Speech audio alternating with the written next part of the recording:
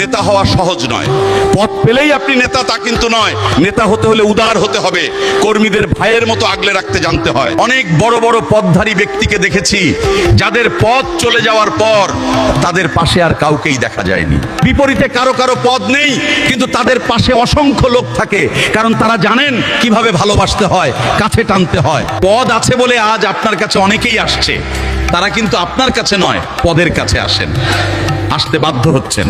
কাল যখন এই পদ থাকবে না, তখন কিন্তু এরা আপনার দিকে ফিরেও তাকাবে না, কারণ আপনি পদ পেয়ে মুইকি হনুরে হয়ে গিয়েছিলেন। সুতরাং পদের বড়াই না করে কর্মীদের মূল্যায়ন করতে শিখুন, ভালোবাসতে শিখুন, তাদের সঙ্গে অহংকার দেখাবেন না, ভালোবাসা দিয়ে সম্মান সঞ্চয় করুন। মনে রাখবেন, নেতা হতে হলে উদার হতে হবে, আকাশের মতো বিশাল মন নিয়ে চলতে হবে, একজনকে দুজন বানানো শিখতে হবে। আপনারা কি করছেন?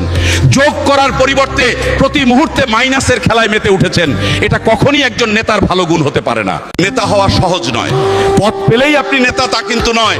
নেতা হতে হলে উদার হতে হবে, কর্মীদের ভাইয়ের মতো আগলে রাখতে জানতে হয়। অনেক বড় বড় পদধারী ব্যক্তিকে দেখেছি যাদের পদ চলে যাওয়ার পর তাদের পাশে আর কাউকেই দেখা যায়নি। বিপরীতে কারো কারো পদ নেই, কিন্তু তাদের পাশে অসংখ্য লোক থাকে, কারণ তারা জানেন কিভাবে ভালোবাসতে হয়, কাছে টানতে হয়। পদ আছে বলে আজ আপনার কাছে অনেকেই আসছে, তারা কিন্তু আপনার কাছে নয়, পদের কাছে আসেন, আসতে বাধ্য হচ্ছেন।